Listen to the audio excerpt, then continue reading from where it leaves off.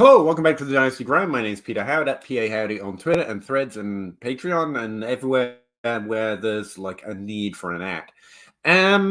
We do a live stream every Wednesday, which is today, I think, at 9:30 p.m. till we get tired or run out of questions. Talk about everything Dynasty or fantasy football related. And if you have any questions, comments, thoughts on that topic, preferably, but other things too, drop it in whatever comment box and whatever streaming platform you're watching us on. We go live to YouTube, Twitch, I think Facebook, at least those three. And we're happy to talk to you. Today we have both Zach and Russ, at least for a little while, to start the show. So yeah, I'm looking forward to it. I'm looking forward to this one because I don't know, I kind of like it. But yeah, let us know what you think or questions that you have, and we'll try and oh Jesus Christ, I'm all Goku-y. I had a hat on, then I changed my mind on the hat. Now I wish I hadn't. Anyway, let's do the show.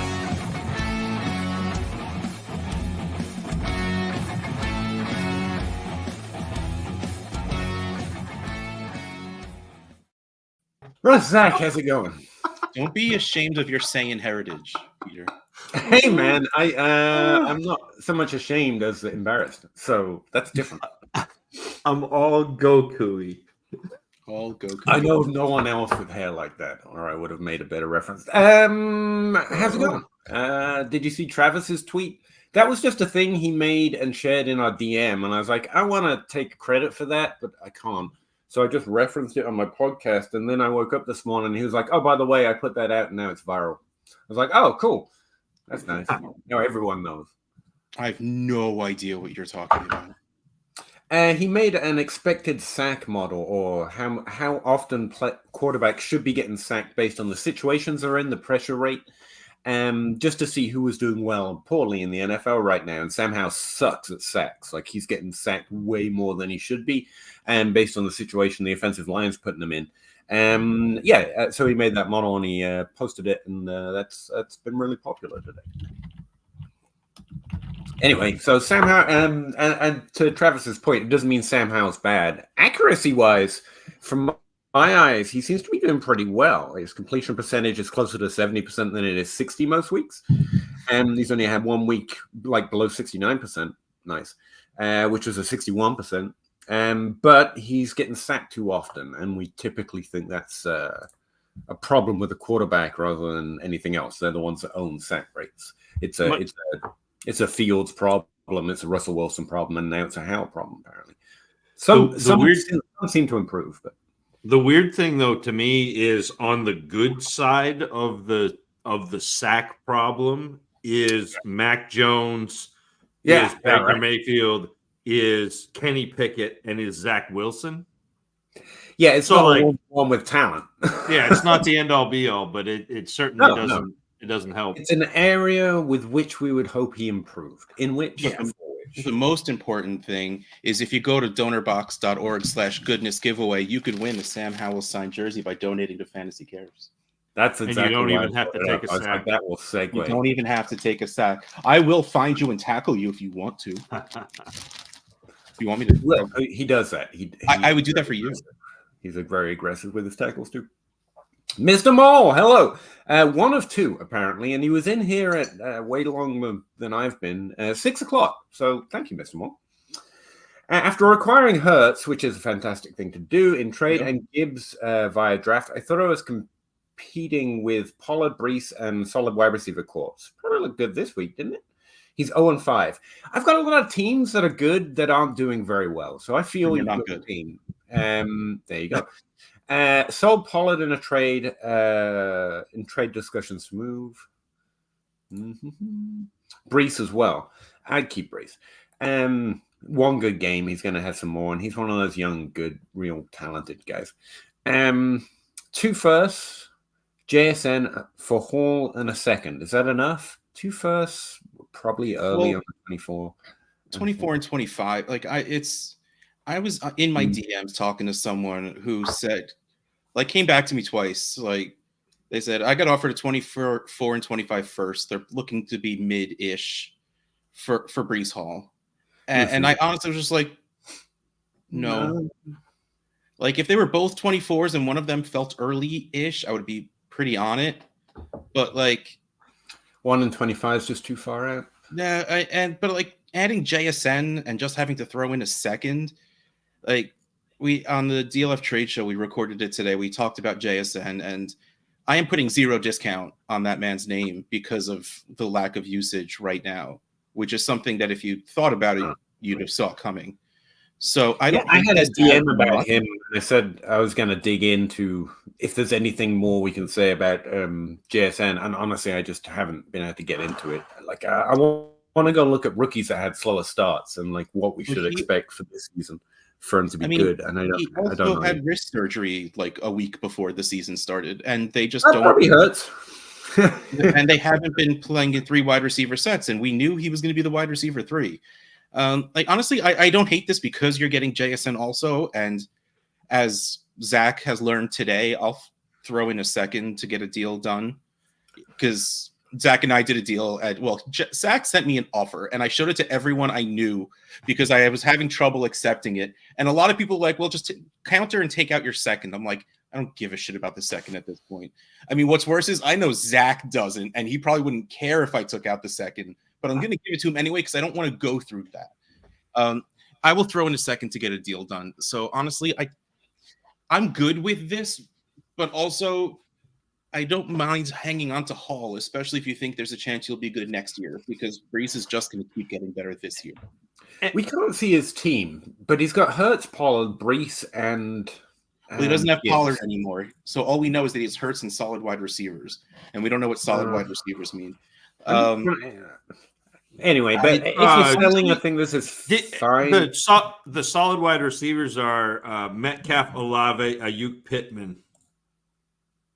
That's very good. I know this because Mr. Mole, I have a DM with Mr. Mole. So like I've been asked this specific question already. So I kind of cheated. I see. Is that his handle? Or did I just say I've been talking to someone who with the same situation and that's actually him? Secret Squirrel. Yeah. He just said Secret Squirrel and Mr. Mole. Oh, I thought you were. No, yeah, I am talking to him too. Yeah, I like this so much better. He didn't bring this up in our DMs. I like this. I would do that. And that's what so this is exactly what I try to get for running backs. Usually it would be at the end of this year for Brees or at the end of next year for Brees. But if I can get 2 first and what I consider maybe JSN isn't proven yet, but I think he is a potential wide receiver prospect that is better than average in terms of prospects. So I get 2 kicks at the can to get a running back, plus I get a wide receiver that I think I can build with. I would rather it be 2 picks in the same draft. Like I would rather have an early and a mid in this next class, but like it is what it is. I still think I would do this, especially his team is in the middle in potential points and like all play record.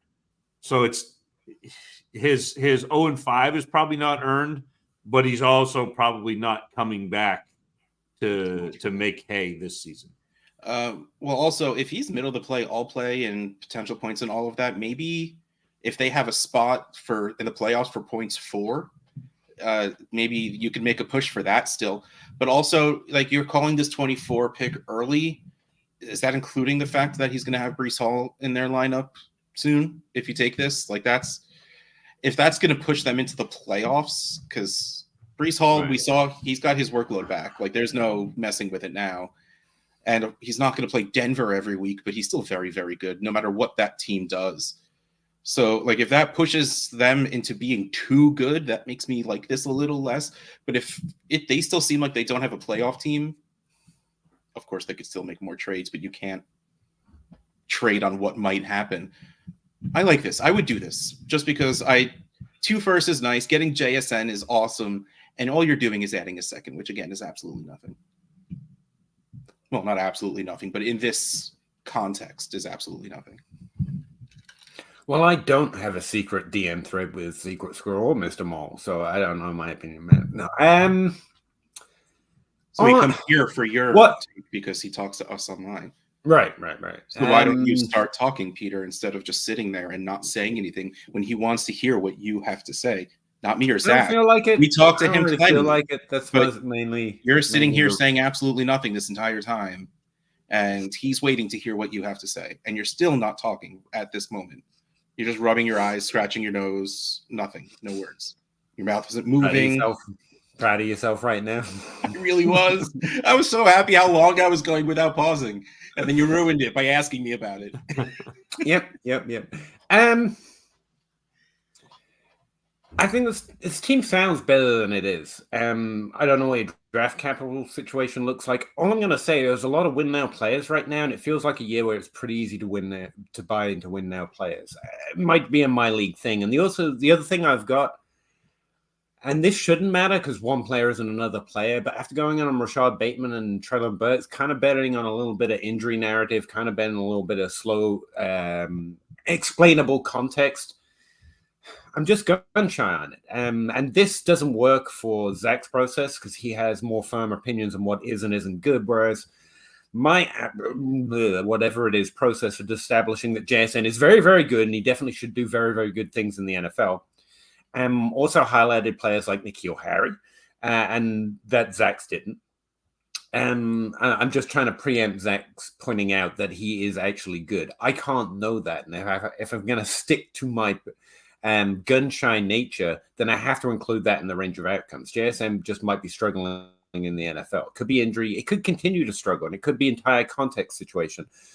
But that context could also continue, even if he is in fact good. And so I build that in. And all I'm thinking is that JSN is not proven yet. And so you're accepting a little bit of value on a building team. I think the trade's fine. This is definitely something I'd be happy to do. But just reading the room, as it were, based on the other wide receivers I've just heard you had and your other running backs, I'm like Kyron Williams, Alexander Madison, win now play. Josh Reynolds, startable, not top 12. Players this year that are really going to make a difference, like can get you to the players from here. It's week 5. Are not heavy dynasty value guys. Jalen Waddle, the buy lows aren't probably going to start scoring more points with dynasty value, the Jalen Waddles of the world.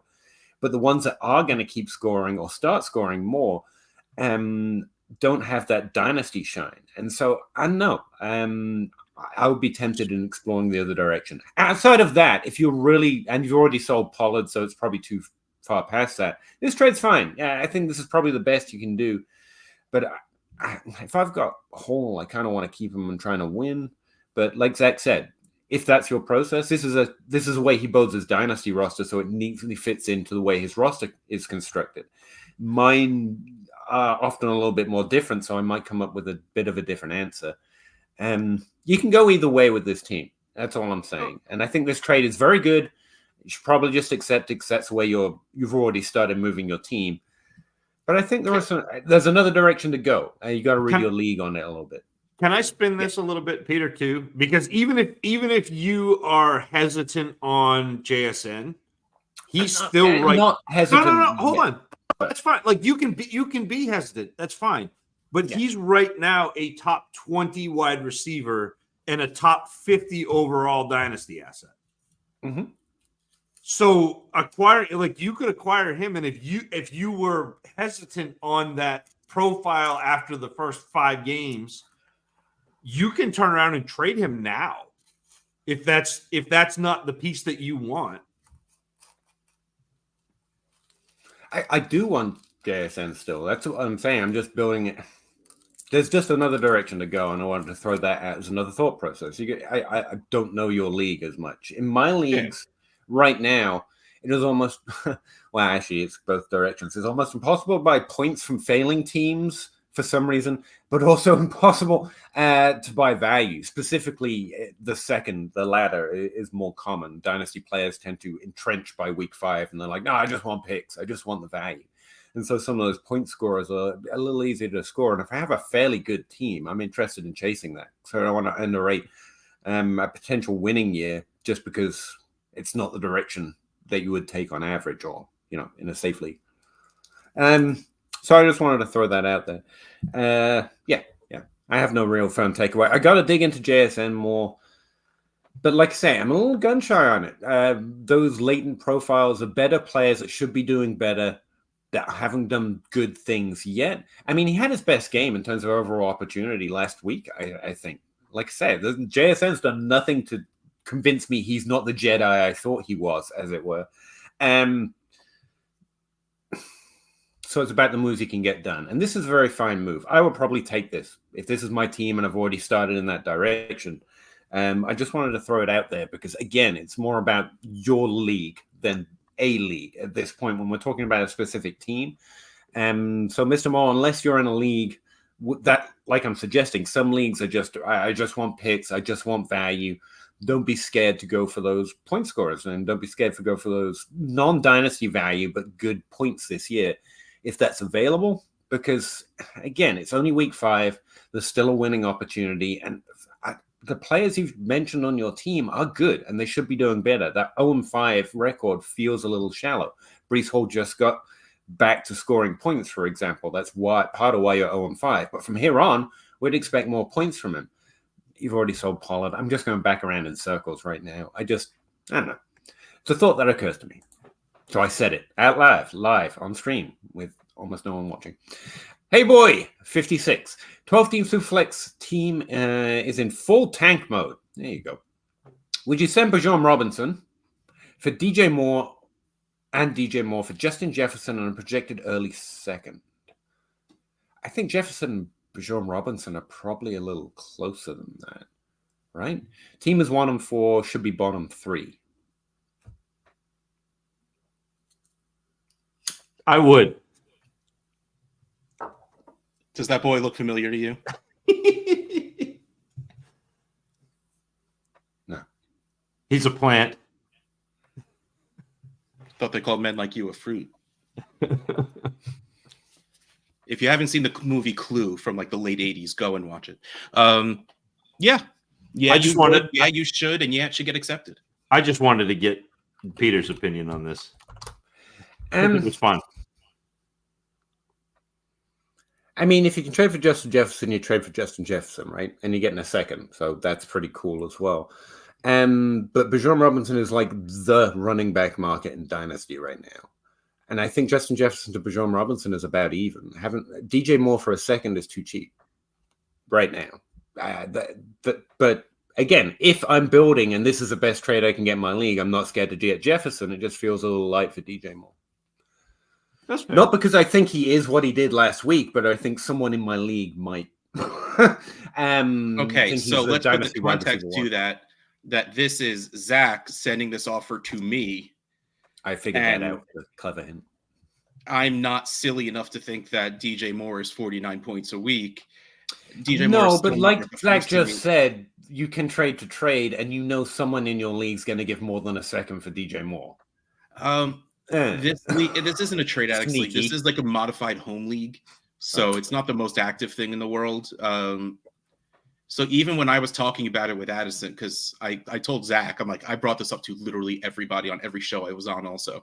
So I'm on the trade show with Addison, and I'm telling him about it. I'm like, look, you know, if it was a trade addicts league, I would do this and probably move Bijan for something. But like I always say, it's always league dependent on what you do with trades. And this is the kind of league where there are only 3 or 4 people that would know how to value Bijan Robinson as the dynasty asset Bijan, because there's a lot of uninitiated in there.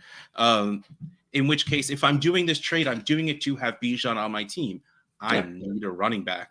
So like the trade absolutely made sense. The thing that held me back was it was me and me alone holding back Zachariah, Jeremiah, Jehovah Reed from having 100% rostership of Justin Jefferson.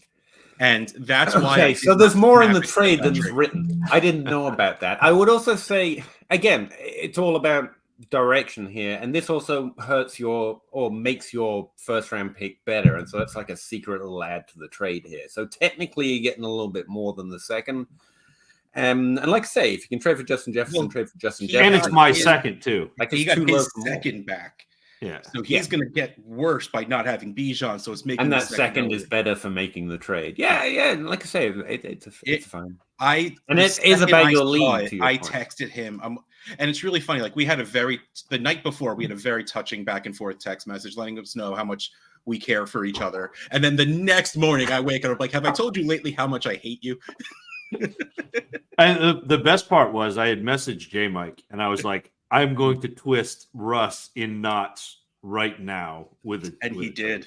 Yeah. He absolutely did. I don't know. It was I knew I was accepting it. I knew I was going to accept it. It was the right move for both of our teams, but like I didn't want to, and had nothing to do with fantasy football. I did not want to.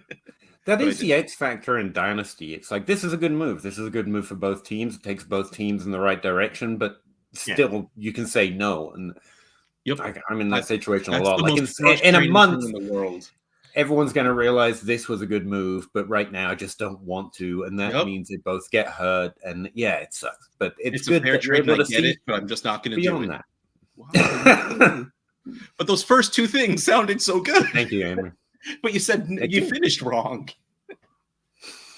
Right before we get started, wait, no, that's a lie. 12 teams, start 10. Would you pay 25-second and Zay Flowers for Brandon Ayuk? You have Purdy. You're going to have to talk me in or out of Zay Flowers. I can't stop fence sitting on him. Again, it's another, it shouldn't matter, but it does. I like buying players that seem to be good in poor situations and expect the production to come. And this year, it just sucks for that. This has not been a good year for the production coming for talented players in poor situations. And we kind of knew that coming in. But that's Zay Flowers. He's got the role. He's incredibly impressive from a volume standpoint as a rookie. But like, especially Baltimore, you know how many times I'm burnt? And like Marquez Brown is the only time it worked out for me. So I was convinced, this still works even in Baltimore. And like, that's Zay Flowers right now. Like, you should value Zay Flowers a little bit more. You want to know the real frustrating part? His targets. 10, 5, 10, 4, 11. What? Like, honestly, Zay Flowers could be a very, very strong wide receiver too. That offense needs to take a real step for him to ever be a wide receiver one. He's solid. His volume is wide receiver one in terms of his role on a powerful offense. It's just the offense doesn't throw again. Exactly. But Ayuk is on that kind of offense. Unfortunately, it's still a little bit of a roller coaster, but Ayuk seems to go 6 for 135 with no issue. So I would do this, especially because it's a 25-second. But that's an interesting comparison, actually. I like Zay Flowers' volume better than Ayuk. Ayuk hasn't been as dominant in his role as Flowers is, or frankly, Deebo Samuel is on that same team. But the thing is, that team smashes through the receiving game, so he always has that upside. Ayuk is more, whereas Zay Flowers is like in the opposite situation with the volume. So I don't know what to think about Flowers. We should value him more than this, so it's a good No, trade. I think this is still the right valuation for him because a late-ish first, which is still what Flowers is to me, and a 25-second is probably I would pay that for Ayuk. So I think that's what it is. That's what I mean. If I was less gun shy, Zay Flowers would be a very easy accept at a late first value. Yeah. Okay, love you. Bye. Bye. He doesn't love me at all. Second and Zay Flowers for Brandon Ayuk. I still think I'd do that for Ayuk. But you get and buy him back a few years with a second, if nothing else. So it's fine. And Zach, the Purdy doesn't factor into this. Like a stack is fine, but it's not something I'm actively seeking. I want good players, and which is why I want Ayuk. So let's see. He's wide receiver 14 right now in points per game. Yeah, I mean he's just been stupid efficient, and he's been banged up a couple of games, so it's not like he's been very good. That team is. I would say having Purdy is a good thing. That's my only note there. Like Zach said, it doesn't factor in. Like I'm just happy to have Purdy. I think I go the other way on it, but I'm really like it's fine. If you need points right now, if you have a chance to do better and win, like obviously get Ayuk because Flowers isn't going to match that this year. But dynasty wise, in a vacuum on a trade calculator, I think Flowers should win. Fantasy Condo. Hey guys, I'm in a win now build. Is it worth trading ETN for Aaron Jones and an early second and 25 first? The first here might be enough, but I think you probably want a wide receiver in the deal instead of Aaron Jones, right? Sticking by your method. ETN's been pretty impressive this year. He's done better than I thought he would. Yeah. What a trading. I don't think in a win now. I don't think I'm trading to get Aaron Jones in a second and a first first. out. Yeah, like I think ETN's been fine. Like I don't mind the idea of trading ETN, but I want a little more security than Aaron Jones has been banged up this year, and he was good in the first game. And I don't think the offense in Green Bay, the touchdown rate is sustainable. I'm still on, especially not with Aaron Jones. Yeah.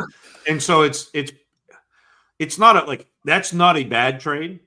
And if I was not in a win now, I think I would do that fairly easily. I would go get Aaron Jones and get the picks, and then see if I could flip Aaron Jones, or maybe all of a sudden I'm just as competitive with Aaron Jones, and that's fine. But like, there's a lot more for question marks with Aaron Jones, and I don't think you have the ability to flip Aaron Jones. I don't think he's worth much on his own, as opposed to Etienne, who's obviously worth a bunch.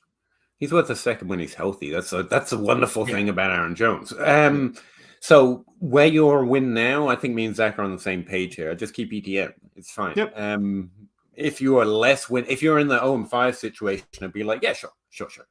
But where you're trying to win, no. Scribbles, do you all laugh when people say mid, late, or early 25 or 25? Yes. 25 or 24 or 20. Yes. Internally sometimes, but yeah, there's always a chuckle somewhere.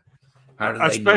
Especially 25. Like if we're talking 2 years out, like we're at a point now where you can kind of gauge. I mean, you're not going to be spot on, but you can kind of gauge like from 1 through 6 or 7 through 12. Like you can kind of gauge where those picks are, but like 2 years out, yeah. Yeah.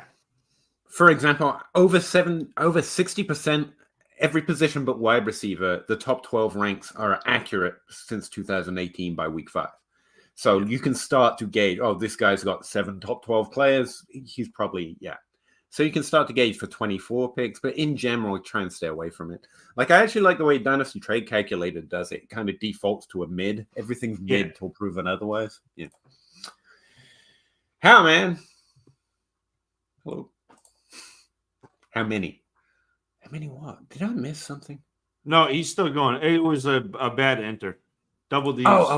He's fat. What running backs are by now that have value for this year and next year in Superflex? Well, running backs are always a one-year proposition to me in general. And there are a few. There's Breece Hall, there's Bijan Robinson. I think they have longer-term value. Jonathan Taylor, maybe.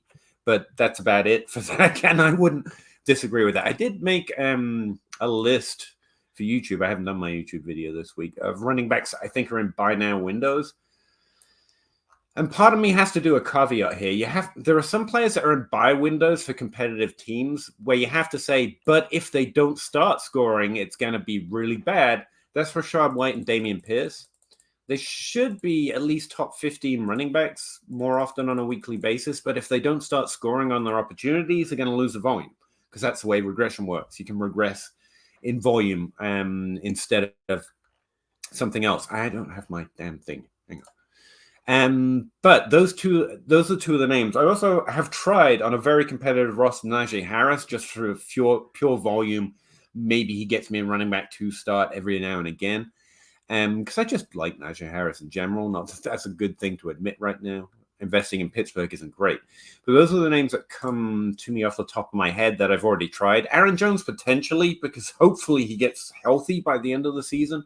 And if so, that you would have been happy to buy Aaron Jones at his current price, which is, like I say, normally just a second-round pick. And on a competitive team, you assume late, because you're allowed to make that assumption when you're trying to be competitive, because why not? But let's see. Running backs do touchdowns that are still ranked in the top 12 somehow in terms of volume. DeAndre Swift, I'm not sure what he did last week. I can't remember. Dallas is due touchdowns across the board. It's hard to argue Tony Pollard, but Swift and Pollard Josh Jacobs, but he had a good game since the last time I said that, so he might not be low anymore. James Cook is due a touchdown, but I don't think he's got a sniff of a chance of ever being top 12 regularly, so I'm not sure I'd suggest that. Cheap, like I said, Alexander Madison, I said that one name earlier. Do you think Khalil Herbert gets healthy again? Because with the loss of Roschon Johnson for a little while, if he stops being doubtful himself, he could be something. Maybe. But yeah, or Devontae Williams. But the running back one in Chicago is Fields until further notice. Yeah, so whatever. Yeah. I mean, like Fields took like 35 or 40% of the rushing share last week. On the other side, and this is I was hoping to see it and I didn't see it yet, but Javonte Williams didn't take over that backfield yet. Jaleel McLaughlin has been doing perfectly fine. I would love a repeat of C.J. Anderson, don't get me wrong. But he does seem to be getting healthier and trending towards playing sooner rather than later. So I'm back in the maybe he can co-op more of that backfield. He was definitely the lead back, but it was way more of a committee than we needed. So if someone in your league has Javonte Williams, has struggled for the first few weeks because he had Javonte Williams, and you're actually winning now, you might be able to make a end of the season kind of play on Williams. Yeah, you know and I think that to me, Double D, is the real answer to this question is who knows who is going to have value for next year. So right now you're buying points. Right now you're buying, the way I would do it, and if you want to go after somebody like, maybe again with the injury, maybe Achan is a buy. Or to gain value again for next season. But like if you're talking about players that are going to have, and it also depends on what you mean for value. If you're talking value as in points value, somebody like David Montgomery is awesome because I think that role in Detroit has been pretty well proven out that he's going to get goal line looks. Jamal Williams got goal line looks last year. David Montgomery is just Jamal Williams in a little more talented package. And so like that type of player, I like Raheem Kyron Mostert. Williams. If you're looking for points in Miami, Mostert, right? Yeah, but if you want to go the other way, probably not next year. Like, if he's looking for multiple years but it's so hard to, and Peter's exactly right. It's literally Bijan Robinson and Breece Hall that I will be confident have value, all value. So points, but also the projected value of like Dynasty ADP and the community. There are only two running backs that I'm confident in. I would be confident in Christian McCaffrey, but A, you're not going to be able to acquire him because he's on the first place team in your league. And B, even next year, and he was this year, he's going to be devalued in the preseason process because that's what we do. He can't do it again this year. He can't possibly. Surely he can't still be Christian. Yeah. So there's a list of names, Double D. And again, you do have to make a call. That's the way I want to play running back. Don't think about next year. Think about this year for running back. And if you're not comfortable doing that, then maybe just continue to think value. But if you are, I send offers on all those guys in that situation and see what shakes out, see what teams have those players that might be more building than winning. But the other move to make, if you are willing to go get running backs because you think you're in a win now window, don't think buy low. Don't think cheap. Don't think, who can I sneak? Because honestly, your league mates are trying to counter that anyway. They're trying not to be sneaked. Just go get Breece Hall after his good game. That guy definitely has value next year. And if you're a competitive guy, it doesn't matter that it's a running back. He's one of the two that we mentioned that maybe have value long-term, but it's just about this year. Breece Hall just showed you that he's one of those guys. And then you kind of get both, but you have to go all in because Breece Hall is not going to come easy. The guy with, unless they are purely building, you're probably not going to get him for pure value or cheaper value. But I like the idea of going to try and get Christian McCaffrey, Bijan Robinson, Breece Hall, and the very few really good players that we have very little questions on apart from health. If I am in win now, like try him. obviously try the list of these might be on less competitive teams. There might be more volume coming. There might be more points coming, but be okay going for those big stacks because that fully answers your question. The guys that have value now and value later aren't really cheap. Yeah. So I would say don't be afraid to explore those if you are in a winning situation.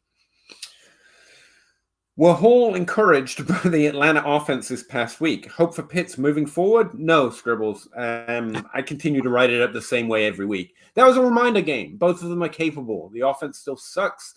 It's probably... There'll be good weeks, there'll be bad weeks. I wouldn't expect that to become the new norm for 2023. I would love to see myself proven wrong, but the fact that Jonnu Smith still had his role and still managed to put up 10 points kind of tells you it's the same offense, but good players are every now and again going to have a reminder game.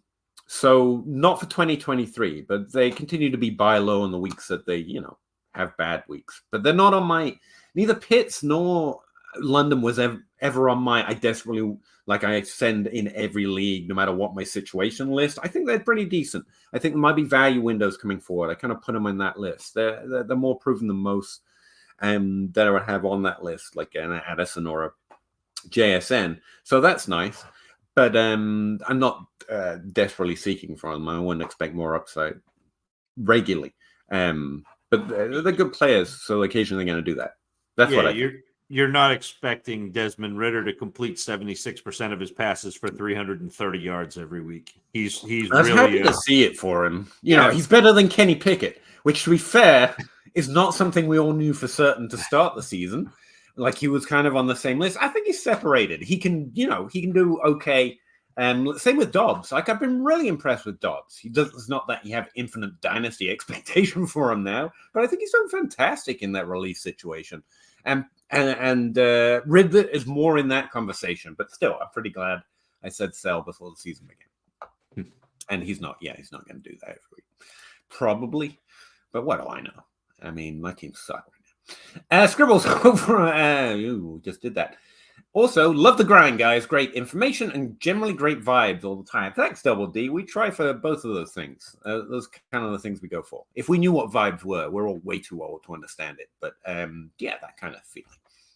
Logan, what's up? Team? We're teams? Oh, I'm really happy to be on the team, Logan. I am 4-1 in my 12-team PPR Dynasty League. That's awesome, Logan. I'm really glad to hear that. I'm glad someone has to be winning, right? I'm looking for a good wide receiver. Mine are Devontae, Tyler Lockett, Deontay Johnson. He's on the IR still, right? Josh Reynolds. He's been helping you out this year. Donald Mooney. I keep wondering what happened to him. Marvin Mims. This is the only position I'm lacking. It's not a terrible way to build a dynasty roster, and this year it seems to work out pretty well for you. So your question is basically, who do you go get in a winning team, a wide receiver with that upside? Mike Evans is the first name that springs to mind. He's probably on that list of, not on a highly competitive team, but we know he's good. We know he has those ceiling games, and I do like that. Devontae Adams would actually be the other one that occurs to me, but you already haven't. Adam Thielen is interesting. On a week-to-week basis, think of him like Josh Reynolds. You can start him, and he's got 20-point weeks in him. Right now, I love Adam Thielen, but I thought he was done, and he is not. And then as Bryce Young continues to acclimatize to the NFL, I really think he's shown improvement through the last 2 weeks. And Adam Thielen can definitely take what's given to him still. And he's been doing fantastic, and that might be especially in Dynasty. Who wants Adam Thielen? So on a winning team, that has value to you. Zach, I've been talking for a minute. What are the better names I didn't think to mention? No, I like that. Peter, I can't believe that you didn't come up with Marquise Brown. Perennially undervalued, perennially underrated. Sure. Obviously, yeah. I can't remember him popping up as in, has he been doing he's top well? 12 right now. Really? Wow, how did that slip my mention? Slip my notice? Wide receiver 19, I've got him in points per game, but you mean total points, I'm assuming? Yeah, total point. I mean, because he struggled early, but he's been top 24. He's sorry, Zach, Karen. Shut up. And so you hit it with Thielen again, Marquise Brown, Keenan Allen because he's old, maybe acquirable, and again, you're just looking for points. You're looking for, and look, even, and I know, don't do it this week. Don't do it right now because DJ Moore just came off a 200-yard touchdown game. It was insane.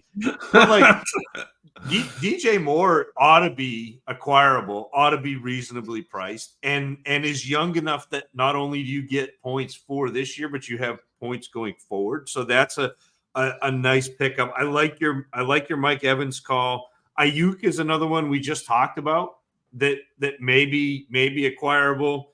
So there are some players around that you can get for a little bit less, but still are putting up good points. And if you're 4-1, you're looking to compete.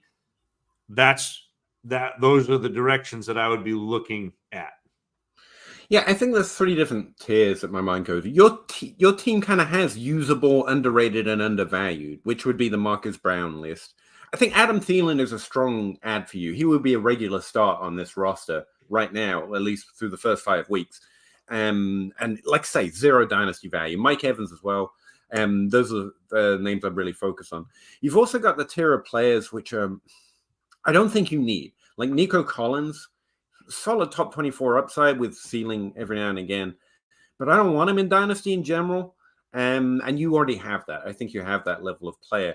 Tank Dell on the same roster is also interesting to me, but that's more of I think it has more value, more upside longer term. And so I don't think that category fits to you.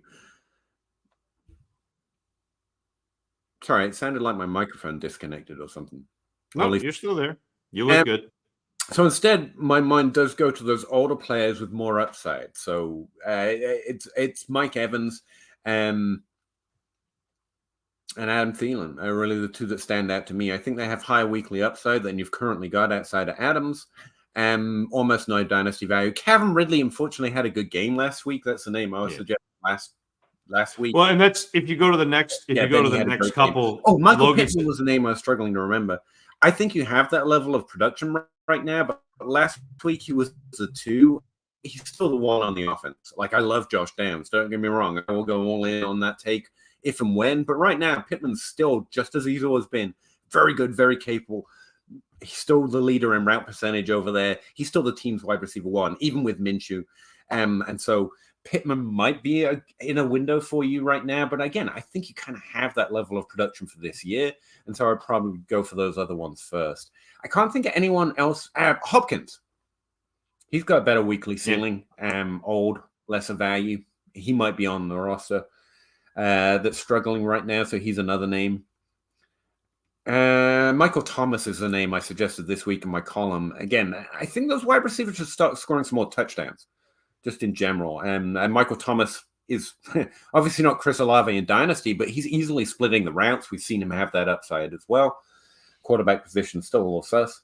But yeah, Michael Thomas is another name I'd throw on that list too. Can you still hear me, Zach? Yes. I can't hear you. Cool. That's what's going wrong. All right, let me redo this. Okay, I think I'm back now. Okay, can Logan, you hear so me? there's some news. Yeah, I can hear you now. Yeah, okay, yeah. I thought you were just ignoring me, which... Whatever. No, sorry. I was trying to tell you that Logan had this next tweet had Calvin Ridley, Terry McLaurin, Marquise Brown, and Nico Collins as kind of options. So we've talked around most of this, Logan. I feel like we've done you a service anyway. I'll keep Ridley, McLaurin, and Marcus, but Nico and Terry are someone I will try to add something to try and get those older wide receivers with higher ceilings. Keenan Allen for Terry and something.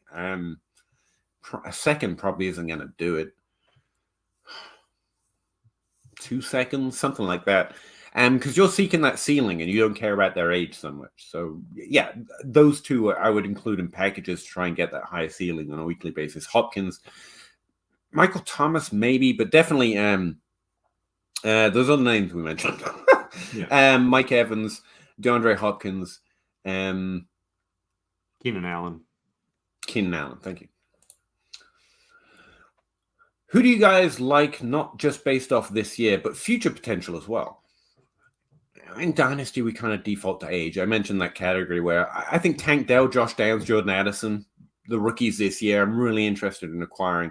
Zay Flowers, like I was talking about earlier, I'm still a little hesitant on, but really tempting. And I was low on him coming in. Not low. I had him ranked well, but it wasn't the profile I was fawning over. But he's impressed me in terms of the volume he's taken over. So, yeah, he'd probably be on that list as well. Zach, any names for you? I mean, we just kind of talked through. Like, I think Marquise Brown is going to be, similar in value to what he is. Sorry. Waddle's got to be in a window, right? He's finished in the top 20 once, and that was last week. Yeah, that was his best week. Like, if you can get Waddle, talk about future value and upside. Again, I don't expect him to get back to his top 12 ways necessarily anytime soon. Wow, why not? I mean, especially with A-Chain out, because I was just going to say that. Yeah, maybe the offense changes and it gets, So, I take that back. So, Waddle is definitely probably premium on that list, future value, outside of those rookie players. I keep saying A-Chan. I'm avoiding saying the name because I know I'm not going to get that right. B-Dags, what are you guys doing, Jefferson, on a competitive team? That's a good question. If you're a competitive team, it's time to shop him, right? Because there are plenty, the names were just listed, and you can get a lot added on, but it's tough to sell Jefferson. I would rather, if I'm a competitive team, and if I can't make a trade like what Russ just did, where I added 2 pieces that are going to score points, what I would do is hold Jefferson.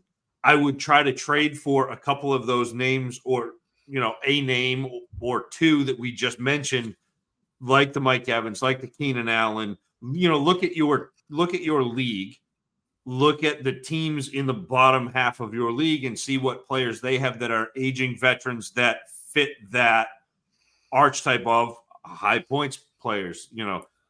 Diggs, maybe not. You may not be able to go get Diggs because Diggs probably the price tag is a little higher, but Keenan Allen, Thielen, Marquise Brown, even Devontae Adams, Mike Evans. Like, I'm trying to add one of those players who is old, according to Dynasty, where I don't have to give up Jefferson, but I can replace most of his points and stay competitive.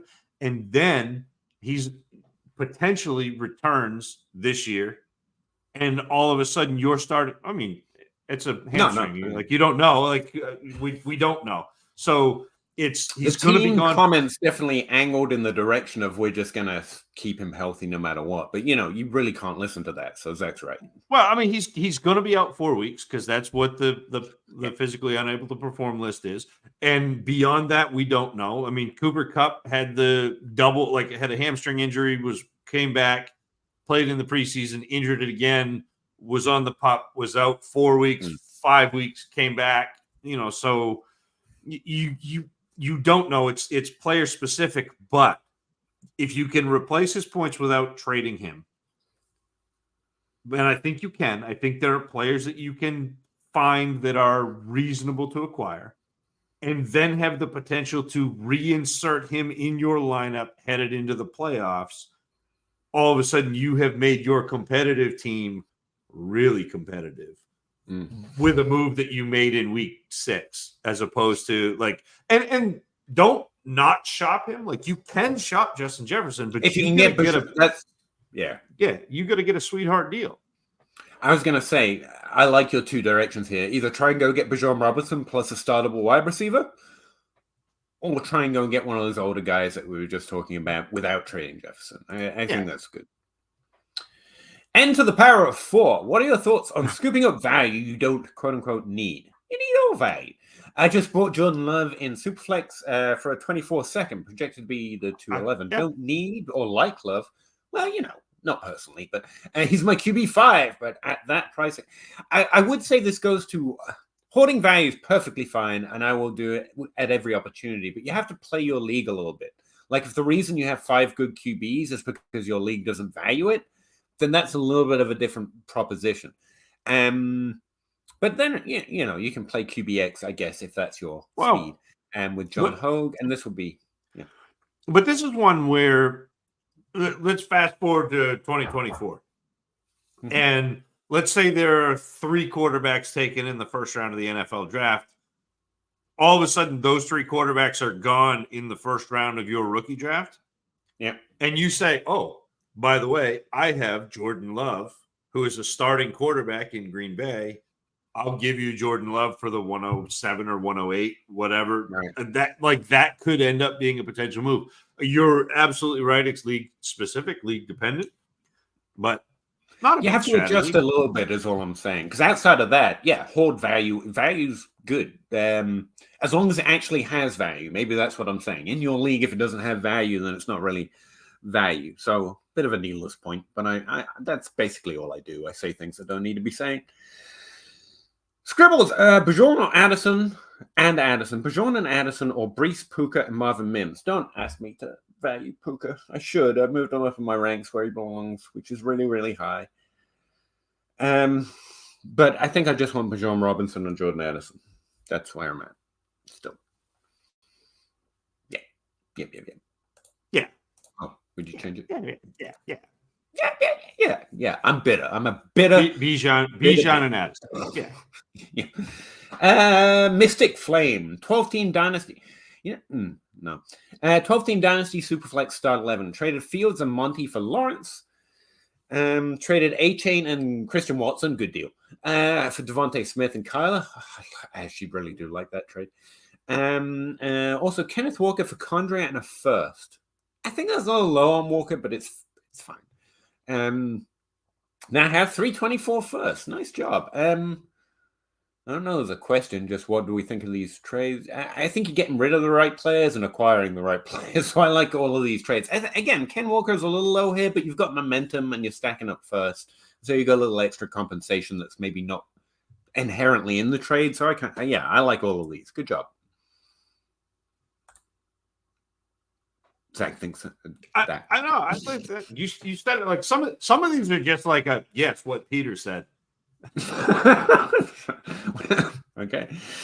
Bon Poms, 12-team Superflex, start 10 Superflex, PPR. Trade Elijah Moore, get Bigsby. Those are his wide receivers, Nico, Puka. I like the fact you put Nico first, like that. That's not right.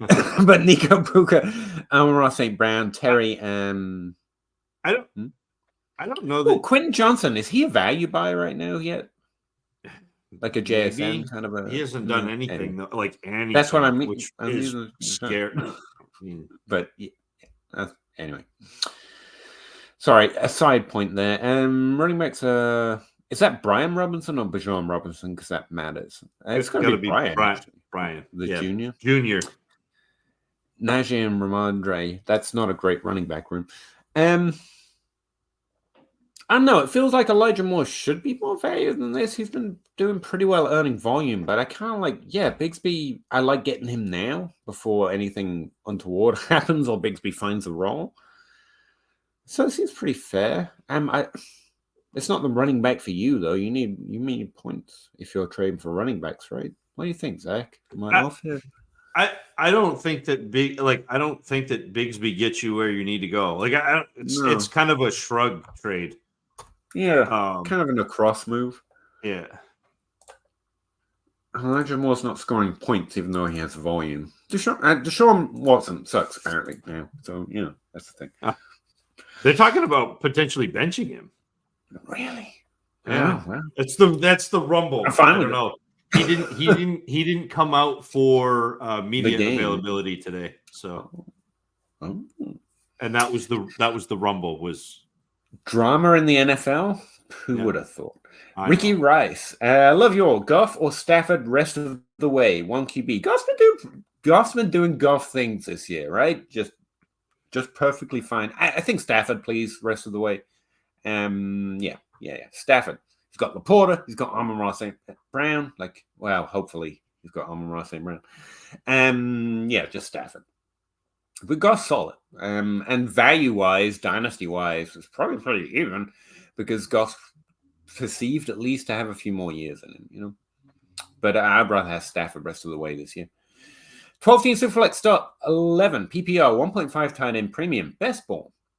7-3 in third currently. Trade Christian Kirk and Pacheco for a mid-24 first. I mean, you're competing, so I don't. But yeah. This Yeah. Feels like I should be asking it for some points back. It does feel like it needs a little plus, but I don't mind packaging up two pretty good assets for this year for a first. But where you're winning, I might go see if he's got an Adam Thielen on his roster. You know, someone that scores pretty good points, but literally has no value this time next year. Yeah, see, I don't think I'm giving up that when I'm 7-3 team. Yeah, like Pacheco. Like Pacheco's actually been reasonably and like the last 3 weeks has been good. Dare I say it? Good. I mean, if Clyde Edwards-Helaire was doing this, we'd be pretty happy. I'm just saying, or would have been back when.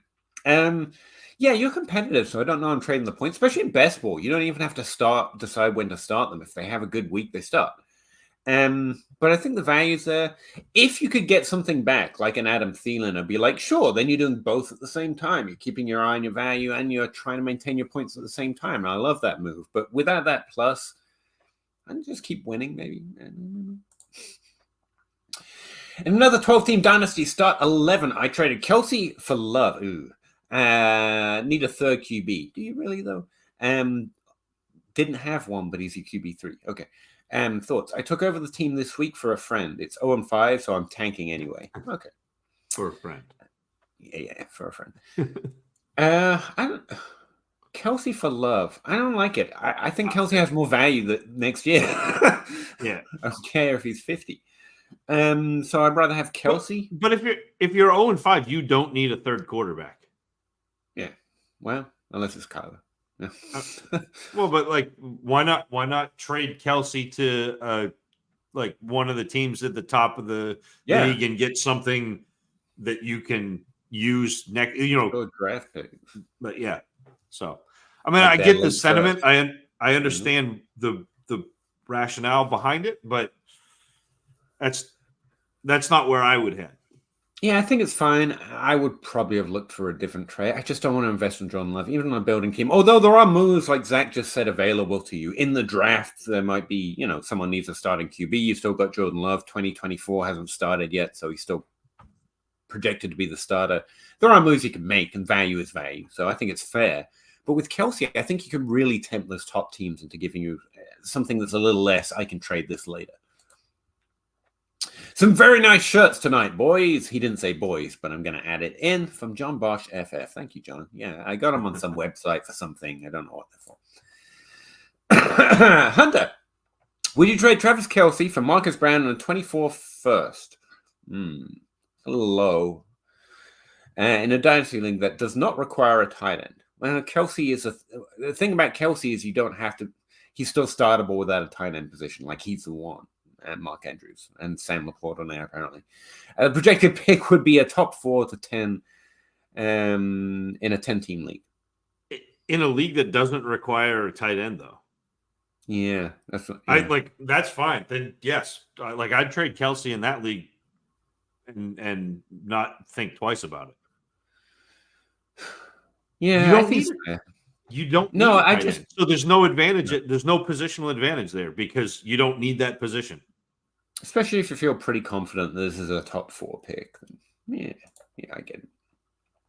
Scott Honecker, 12-team, start 10, 1 QB. That's his roster. Is this just what do you think? Is he a contender or pretender? Not a lot of trades in this league. Tried to get Connor, Najee. Good job you didn't. And the level of non-competitive team wouldn't sell. Would you target Kyron Williams for a competitive roster as a target? Should have mentioned him earlier. Or Chuba Hubbard. I'd rather have Kyron Williams, obviously, but Chuba Hubbard's an option. I don't fully believe in that. We've seen that idea before. But Kyron Williams, for sure. Is this roster a strong contender, or should he be thinking more value? Lamar, Daniel Jones. Oh, that sucks. But it's 1 QB. Swift, Gibbs, Tank, Puka Waddle. I think it's more in the middle of the pack than the start, but I like a lot of its players. Like from all angles, I think Nico's startable this year. Puka is clearly the biggest dynasty win you could have had this year. Value-wise. Waddle, we love. DJ Moore, we talked about him a lot. I love Josh Downs. I really like Ferguson. kind of underrated secondary tight end breakout. I like it. And you've got plenty to trade here. Kincaid still carries his draft capital. Gibbs is still going to have interest. I think you're more middle of the pack than top of the pack, but I think you're a solid team. Like keep grinding, but think more value than win now points. Yeah, for sure, Scott. I wouldn't say you're a pretender. I would say you're a pretty solid team moving in the right direction, to be honest. Love you all. Rank Goff, Stafford, Fields, rest of year. Oh, we include Fields this time. I see you, Ricky. Thank you. Fields is a really tough rank for me. I want to sell in Dynasty for what it's worth, which is a lot. Again, there are better and worse sell weeks, but after the last 2 weeks, I think you can get so much right now. If you haven't sold him to this point, now's a really good time. He's still struggling to complete passes accurately. And that's a signal I'm listening to. But I'm really rooting for the player, so I hope this keeps going, don't get me wrong. But for the rest of the season, I think it's Stafford, Fields, Goff. That's the order I would start them in. Like Fields still feels pretty up and down week to week. Yeah, I still think for this season it's Fields. Yeah, you might be right. No. And then it's That's kind of a push. sharp. I think you're looking at somewhere between quarterback 10 and 14 for Goff and Stafford. So yeah, Goff's obviously whatever. But I know we're like half an hour behind, which is actually ahead for us. But can I like? I've been sitting on this, and Peter, maybe we need to do a show or something, and it has to do with Fields because it's the fantasy football and real football are not the same thing. Mm-hmm. And so in fantasy football, Fields is fantastic because he runs a lot. He doesn't have to complete passes. When he does complete passes, all of a sudden you have this huge game where you're winning a week. And so even though we treat fantasy football as a proxy for real football, it's not the same. Most fantasy scoring systems discount real world value of completing passes, of moving the chains, that football, and rushing gets overvalued. And so the players like Fields have this huge value in fantasy, even though they may not stick around for long. The Blake Bortles effect, right? Yeah, well, but not even Bortles. Like, yes, Bortles, but Fields is this entirely different. Yeah, Fields is this entirely different. Like, Fields can run for 700-800 yards in a season, and all of a sudden he's top 5, and the Bears can still go 3-14 or 3-13 or whatever. It's not. And it's the reason why we pushed up Anthony Richardson. It's the reason why we pushed up Trey Lance. It's the reason why we pushed up Malik Willis. Yeah, but we're looking at players like Josh Allen. We're looking at players like Lamar Jackson, who, if you actually dig into what they've done in the NFL, they've completed passes at a much higher rate than these other. So they're not the same. They're not the same thing. And so it's about the longevity for real football.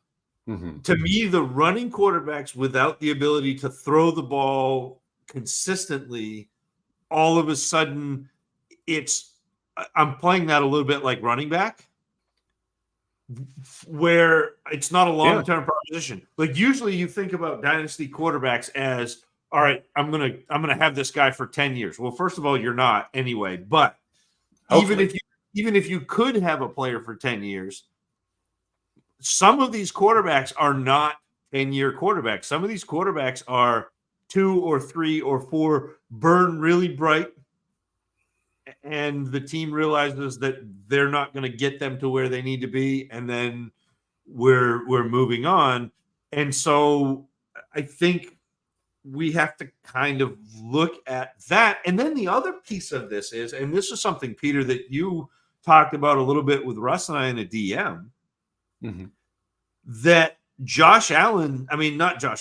that Lamar Jackson's value right now is much lower than his production, because people are worried about what happens when he doesn't run anymore, without looking at the fact that he's been a really consistent better than average passer, could probably sustain more volume because of his efficiency. Although that's not how that works. But like that. But his value is crashing because he's a running quarterback, and because people see him as a running quarterback, and now all of a sudden we're worried about running quarterbacks. Trey Lance washed out. What's going on with Fields?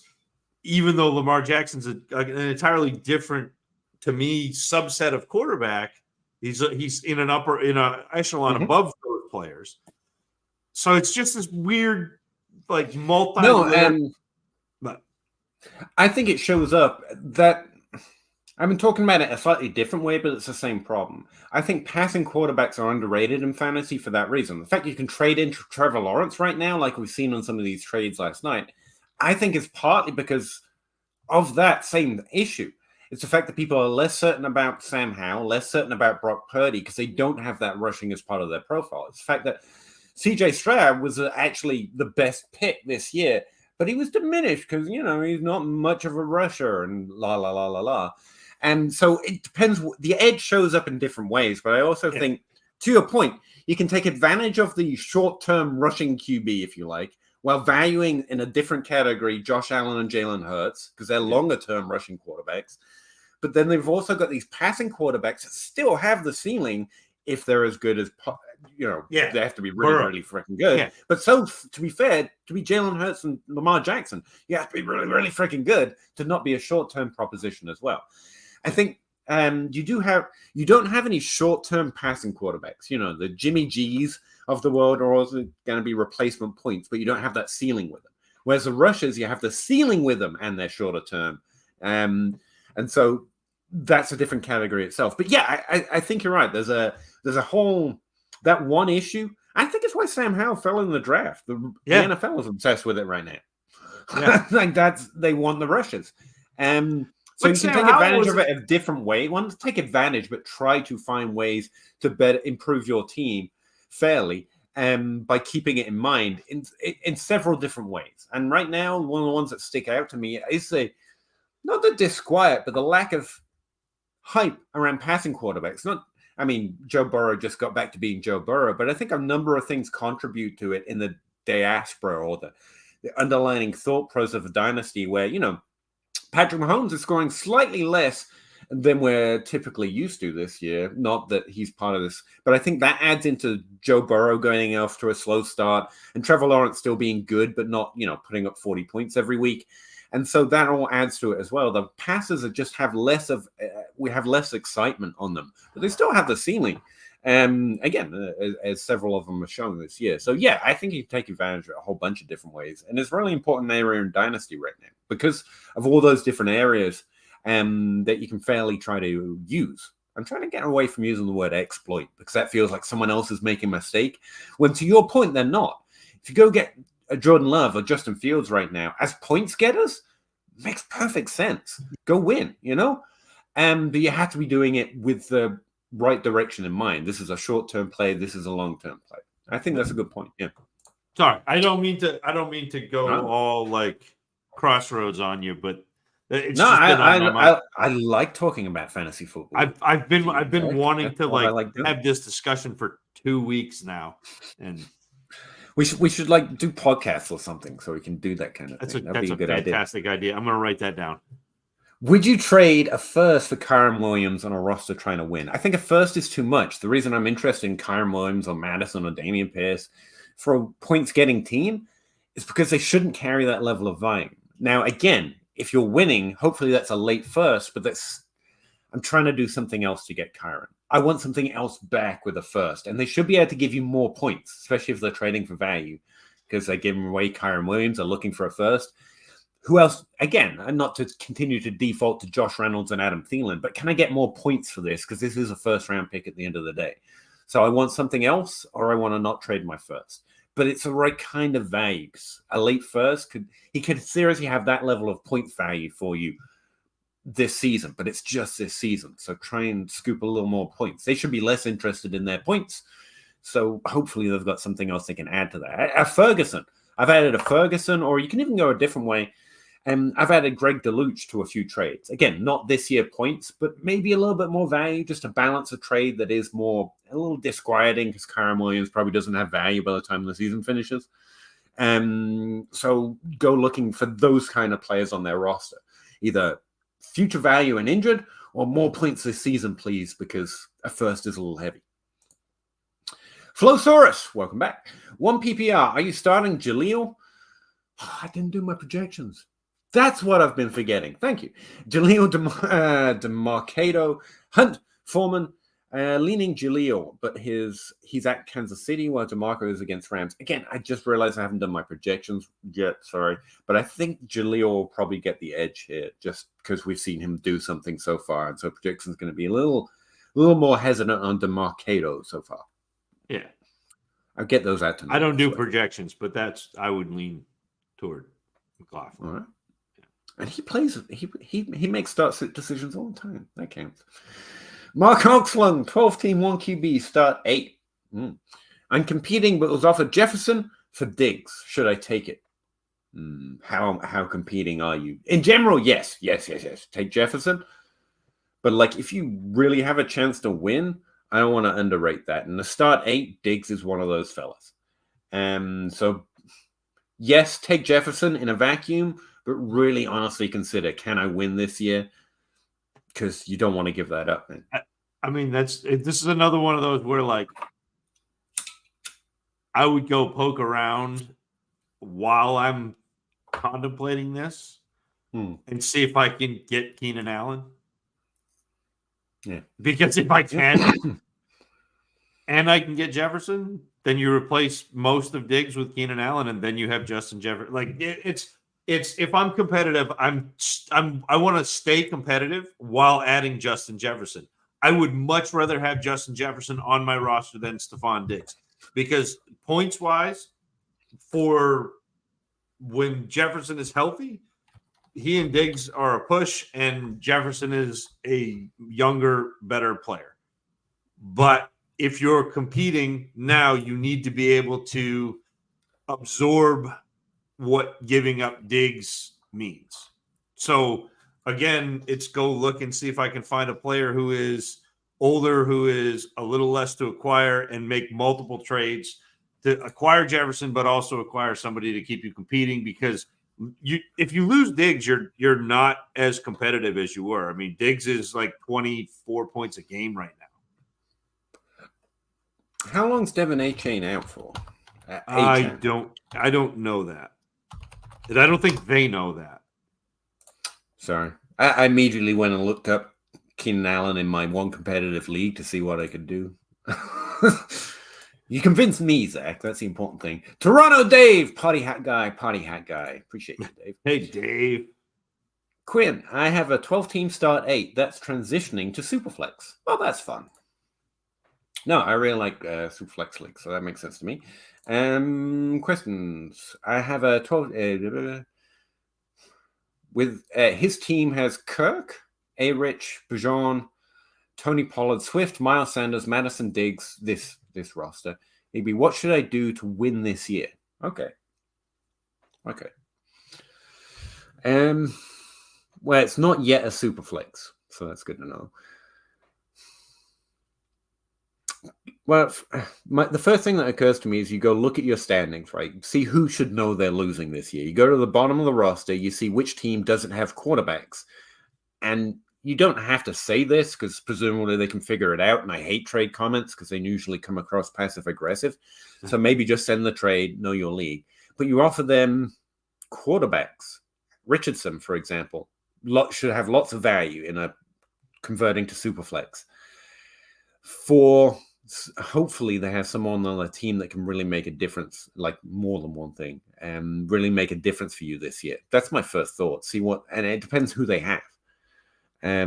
But yeah, try and sell that Superflex to try and win now. You know what I mean? And don't get me wrong, that's a strong move because Richardson should carry a lot of value in a Superflex, and next year it'll probably suck. But if you win, it won't matter. So that's the first thought that occurs to me in this particular situation. Outside of that, looking at your roster construction in general, in a 1QB, Bijan, Pollard, Swift, you're solid. Madison and Sanders. That's pretty good as backup. Diggs, Ridley, Debo, Pittman. Go get Kelsey as well. And tight end seems to be your weakest ceiling. So I would go see what the Kelsey roster is doing. Yep. Yeah. Did you have any other thoughts? See, if you don't say anything, I think, oh, he's... and then I'm like, did I go by too fast? Or no, I think that's like you're pretty set at running back. I mean, Bijan, Pollard, Swift ought to be a pretty good 1-2-3 punch, and Madison is decent. Diggs is one of the top scorers at wide receiver. Ridley is fine. Debo is great when healthy. Pittman as your 4 is fantastic. So yeah, it's go attack tight end, or also go attack quarterback and see if you can find, like, if there is a team who is willing to part with a top scoring quarterback, well, you know, they're not looking forward to the super flex, like, try to do that too. But who knows, like, you're probably not getting a quarterback if everybody knows that we're transitioning to super flex. But right. But those are the two positions. Those are the two positions you're light. So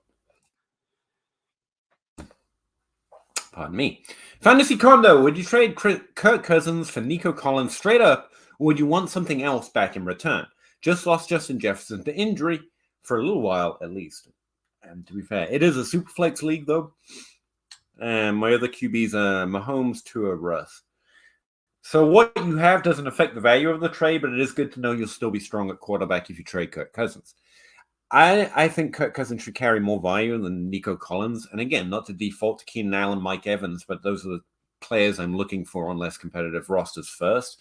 Nico Collins is doing remarkably well compared to my expectations, which doesn't mean much, but that's something I'm going to say.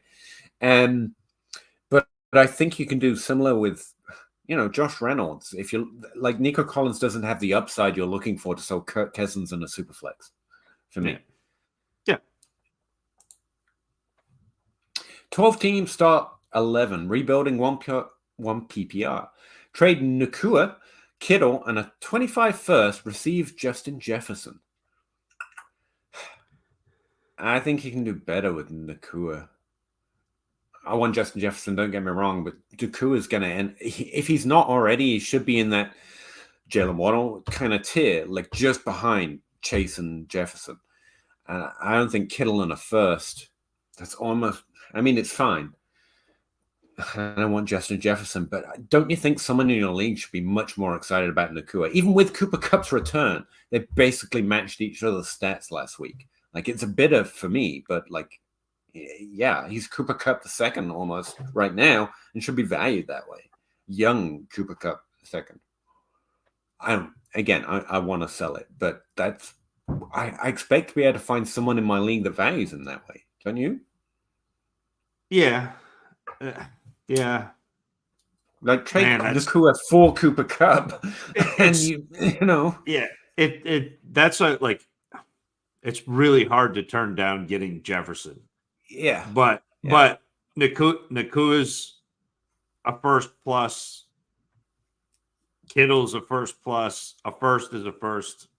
That's, I mean, you're talking at least 4 firsts right there for Jefferson.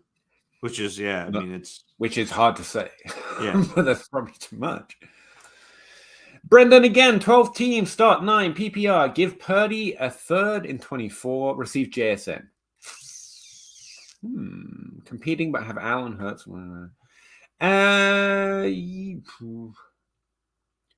Didn't say super flex, but I'm assuming.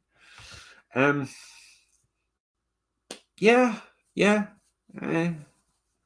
don't know why you have to add a third to a starting quarterback. He's doing really well. Purdy's going to jump up the rookie ranks, by the way, in Dynasty. Oh, not rookie ranks, but the Dynasty ranks this week. It feels a little heavy. Yeah, I mean, in a super flex, you ought to be able to get probably more than not that JSN is bad. He's great, but for a very competitive starting quarterback. there's still a little too much. Like if JSN had Addison season, we'd be like, yeah, but he hasn't yet. So it feels like they should account for that and not expect the third at least. Like I think you can do better. You should be able to do better with Purdy. You should. Yeah. 10-team 1 QB start 8. Trade Puka and a mid to late first for Justin Jefferson. That's a Kittle less. And so it's a Kittle closer to being yes. I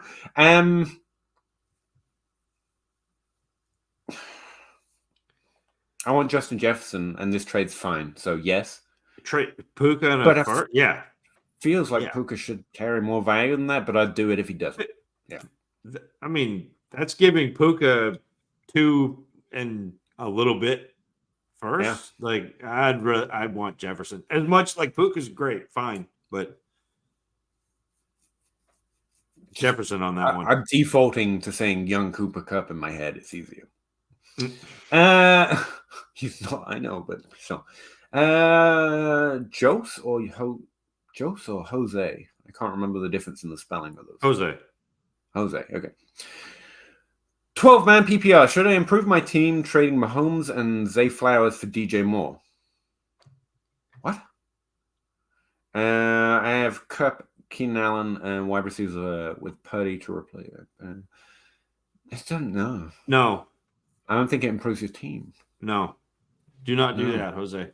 The difference between Mahomes and Purdy is greater than the difference between Flowers and DJ Moore. By a significant amount. Yeah, I don't think this improves you enough. No. Although last week was spectacular, don't get me wrong.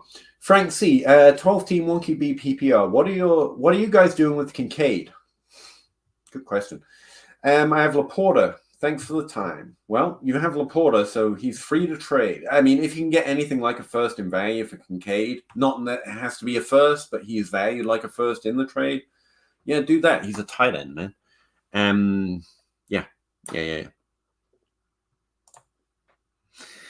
guys are you guys saying Jaleel over to Marcado? Yes, even though Javonte is supposedly going to play.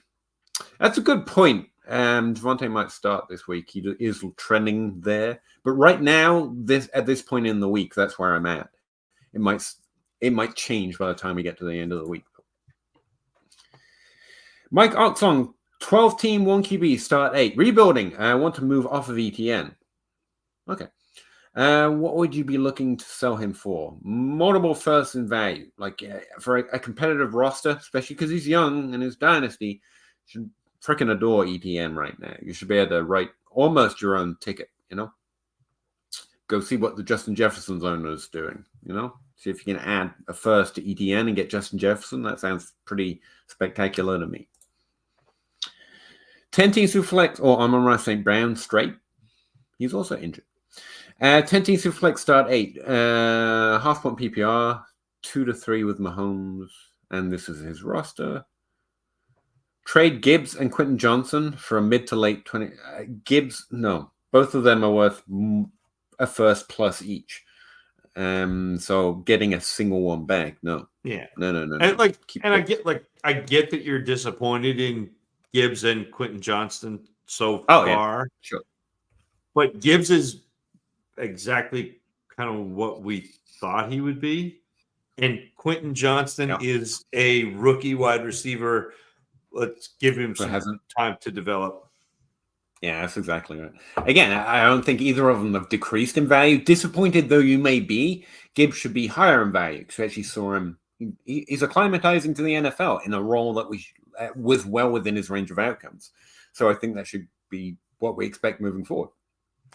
So he should be worth more than what he was drafted at. And he was drafted, even in a Superflex, as a top 5, top 6 max pick. So he should be worth more than that now.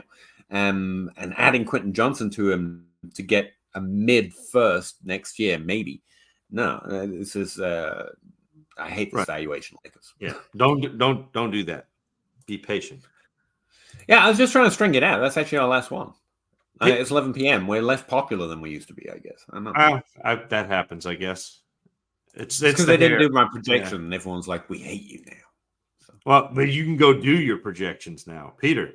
Peter, we're there. I mean, I guess look over there. See you next week, guys. Thanks very much.